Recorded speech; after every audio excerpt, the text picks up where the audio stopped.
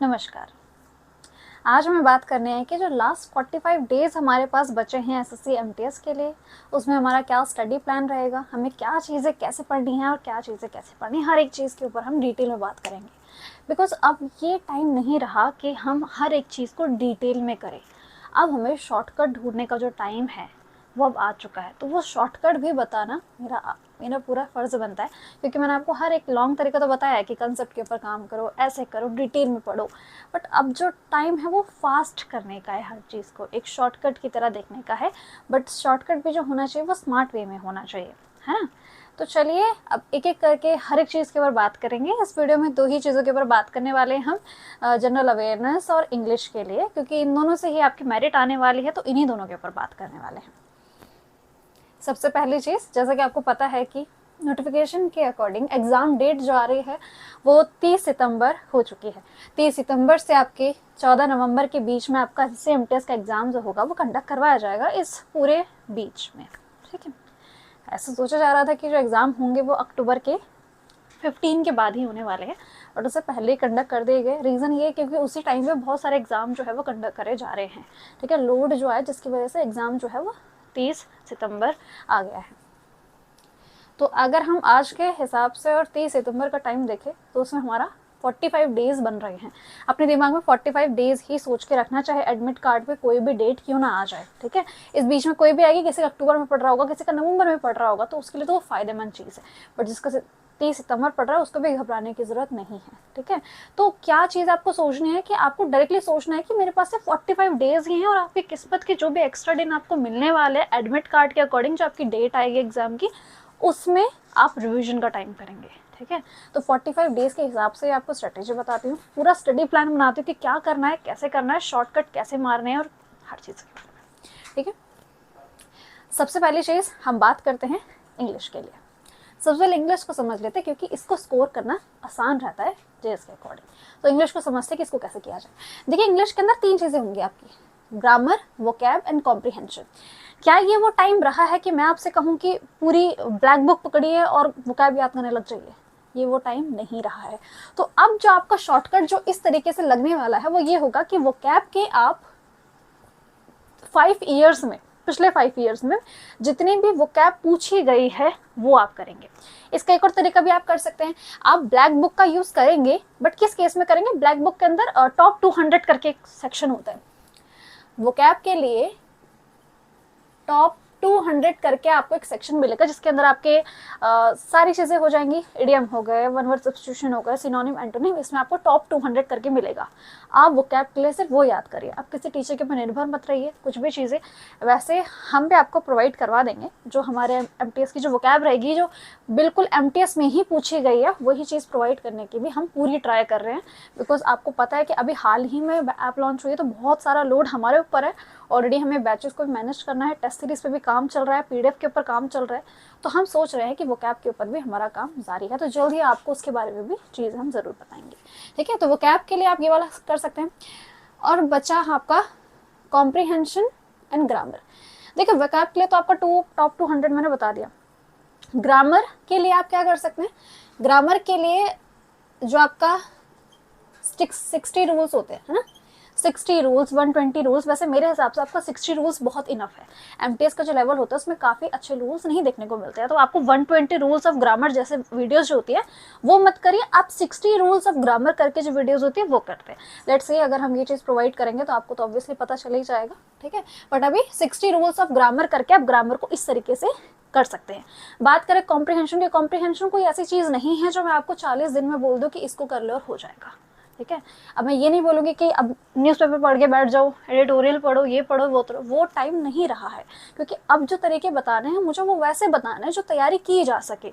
Unpredictable बातें अगर मैं करूँगी जो प्रैक्टिकल होंगी ही नहीं, तो उससे कोई लॉजिक बन रहा है? आपको ना फ़ायदा होगा इस वीडियो को देख के और ना मुझे फ़ायदा होगा इस वीडियो को बना के, है ना।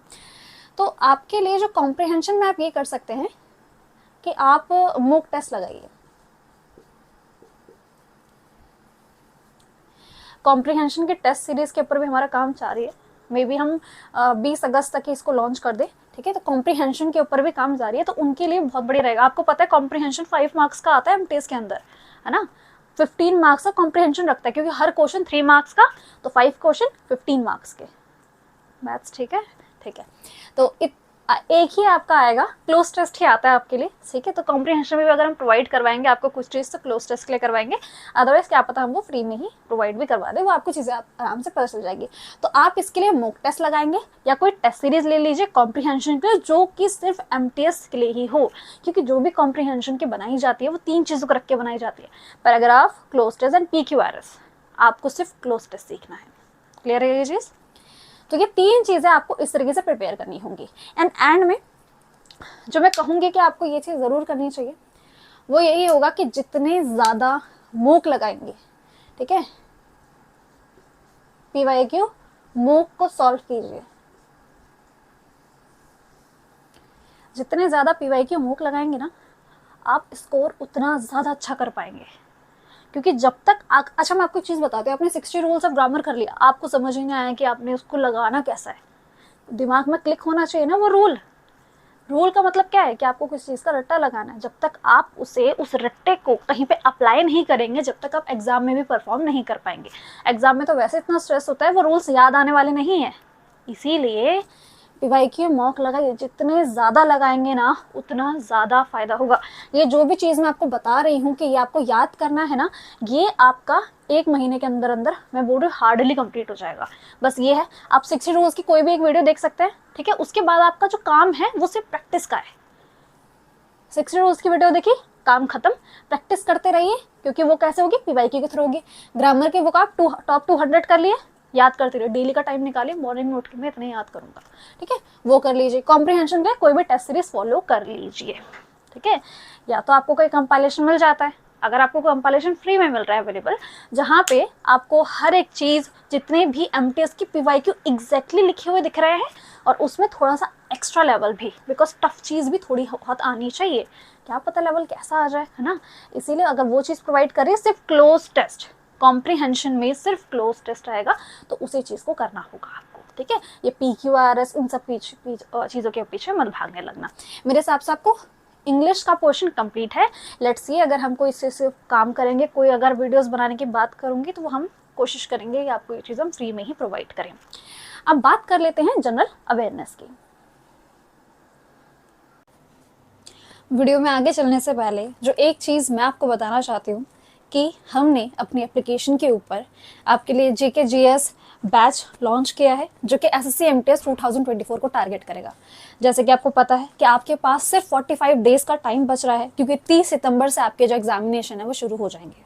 एग्जैक्टली तो इस बीच में अब ये टाइम नहीं है कि हर एक चीज़ आप डिटेल में कर रहे हो। यहाँ पर काम है कि टू द पॉइंट जाने का, कि क्या चीज़ कितनी पढ़नी है, ठीक है। अगर मैं आपको कहूँ कि आपको माउंटेन पढ़ना और आपको बहुत बड़ा कंटेंट प्रोवाइड कर दूँ, क्या वो पॉसिबल होगा आपके लिए याद करना? तो उस तरीके से सोच के कि आप कितना याद कर पाएंगे, क्या चीज़ आपको एग्जाम में डायरेक्टली देखने को मिलेगी, किस तरीके से मुझे प्रिपरेशन करानी है, मुझे नोट्स किस तरीके से प्रोवाइड करने हैं, ज़रूरत पड़ी जैसे टाइम की कमी है तो हम मैराथन क्लासेस भी आपको प्रोवाइड करेंगे। ये सारी ही क्लासेस आपको रिकॉर्डेड फॉर्म में प्रोवाइड की जाएंगी। तो हर चीज़ की जो जिम्मेदारी है वो मेरे ऊपर छोड़ के आप यहाँ आ सकते हैं। बैच का MRP हमने जो रखा है वो 299 रखा है। ये अगर आप 16 अगस्त के बाद देखते हैं तो इसके अंदर आपको बढ़ोतरी देखने को मिलेगी, मतलब हम प्राइस के अंदर चेंजेस करने वाले हैं। ये जो प्राइस है ये आपका 15 अगस्त तक ही वैलिड होगा। सो जाके अगर आप ज्वाइन करते हैं तो सारी श्योरिटी आप हमारे ऊपर छोड़ सकते हैं, ठीक है। और जो भी चीज़ें होंगी, अगर मैं आपको ऐसा कहूँ कि मैं आपको एक चीज़ से समझिए, अगर मैं आपको इतना सारा कंटेंट प्रोवाइड कर दूँ, ठीक है, और मैं बोलूँ कि इसमें से इतना आएगा, क्या ये वैलिड होगा? आप इतना सारा याद करने के लिए पहली बात आपके पास टाइम नहीं है, ठीक है। उसमें से भी इतना आएगा, क्या वो इतनी चीज़ हमको याद रह पाएगी? वो चीज़ समझ रहे हैं? बट अगर मैं ऐसा कहूँ कि हम आपको इतना कंटेंट प्रोवाइड करने वाले हैं और इसमें से इतना आने की संभावना हम देंगे आपको, सो वो आपको लगेगा कि हाँ ये करना पॉसिबल है, क्योंकि हमें बहुत सारा कंटेंट पढ़ने का टाइम नहीं है। 45 डेज, समझ रहे हैं वो कितना कम टाइम है। इस टाइम में अगर आपने सही तरीके से नहीं सोचा, सही क्लासेस में नहीं एनरोल किया, तो आपको लिए काफ़ी दिक्कत हो जाएगी। सो बाकी डिसीजन आपके ऊपर होंगे।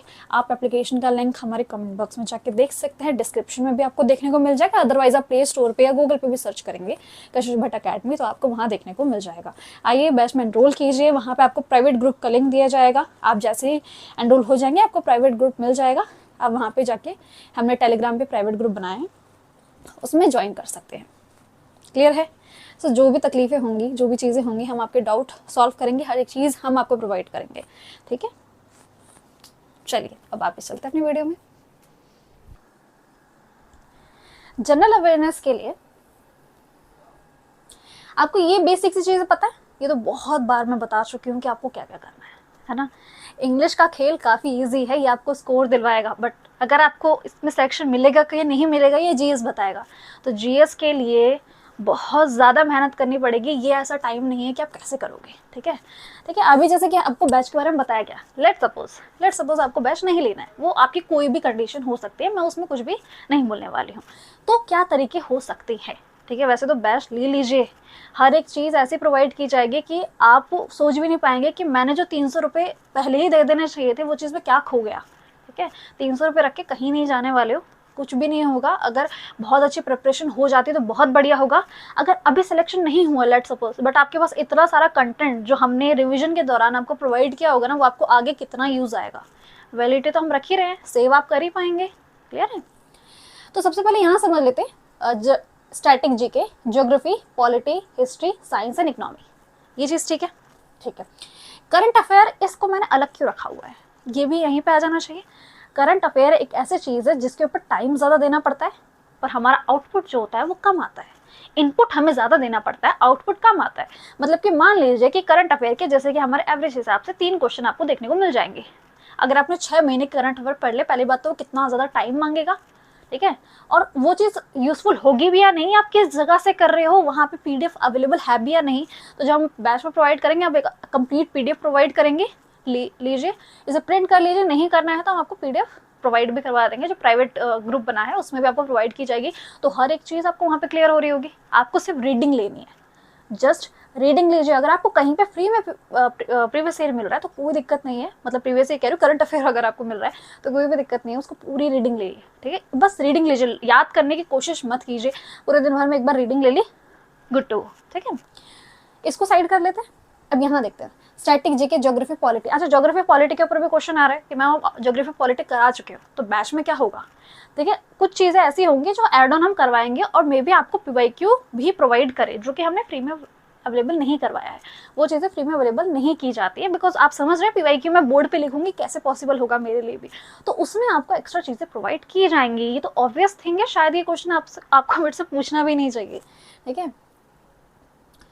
बात रही स्टैटिक जीके के, स्टैटिक जीके भी आप कहीं से भी कर सकते हैं। बस ध्यान ये रखना कि वो चीज़ एसएससी एमटीएस के लिए ही हो, आप उससे एक्स्ट्रा ना कर रहे हो, बिकॉज एक्स्ट्रा करने का टाइम नहीं है भाई।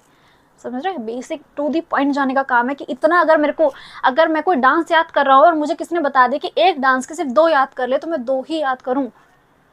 ज़्यादा करने लोगों कुछ भी याद नहीं आएगा, ठीक है? पॉलिटी के अंदर हम पहले भी मैं आपको बहुत से इंपॉर्टेंट टॉपिक्स बता चुकी हूँ, बट कोशिश कीजिए कि पूरी मैराथन वीडियोस को यूट्यूब पे सर्च कर लीजिए, मैराथन वीडियोस वगैरह, उससे आप कर सकते हैं। आप इस टाइम पे मैं बिल्कुल भी मना नहीं करूँगी कि आप मैराथन वीडियोस क्यों देख रहे हैं, कंसेप्ट के ऊपर काम कीजिए, ऐसा मैं बिल्कुल नहीं बोलूँगी, बिकॉज ये टाइम नहीं रहा है। तो आप इन सब की मैराथन वीडियोज़ देख सकते हैं। बट पॉइंट ये होता है ना, मैराथन वीडियोज़ टारगेट करके एग्जाम को नहीं बनाई जाती। तो अगर आप इज योर चॉइस कि अगर आप बैच ले पा रहे हो तो ले पा रहे हैं, अदरवाइज किसी और टीचर का भी ले रहा है तो उनके ऊपर स्टिक कर जाना, ठीक है?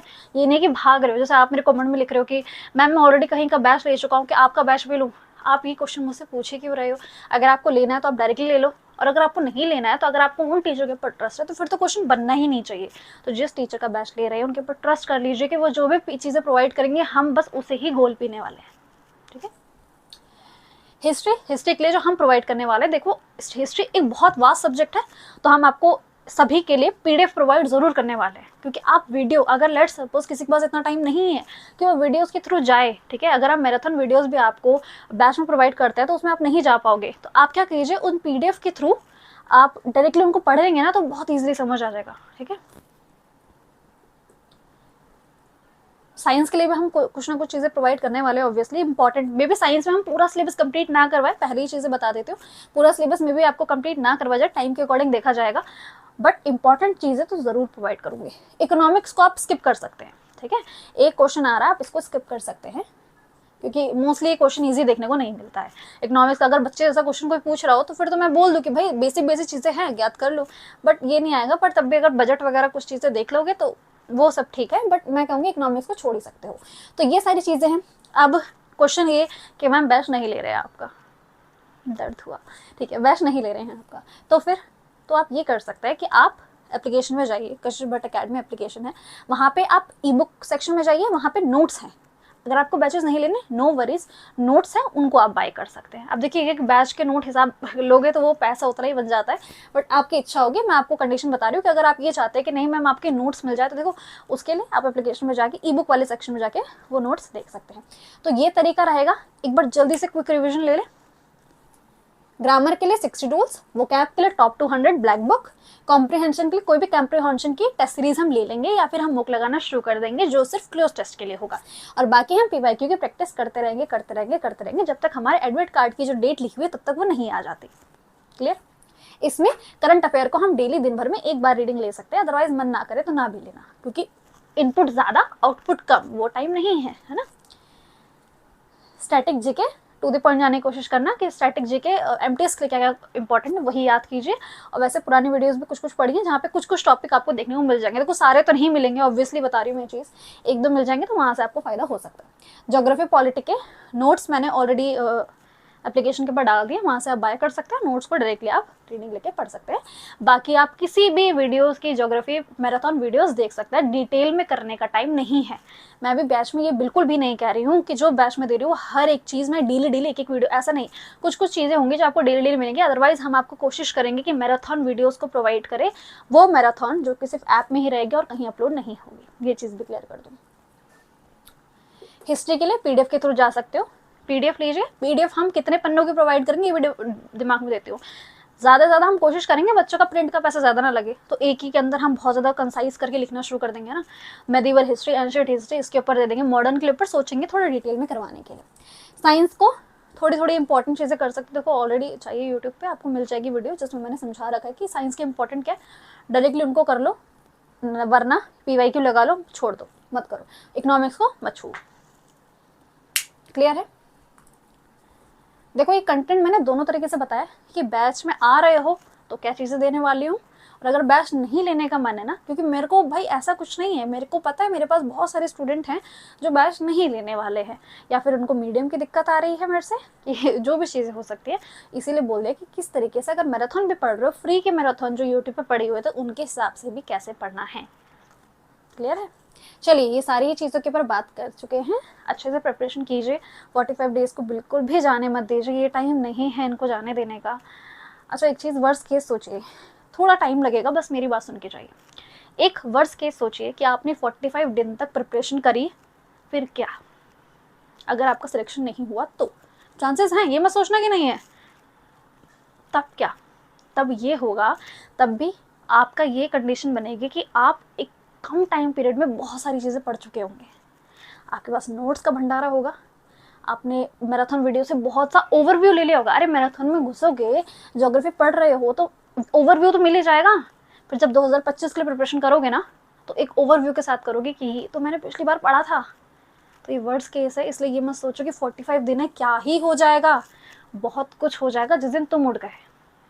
बस इतना ही, मिलते हैं नेक्स्ट वीडियो में।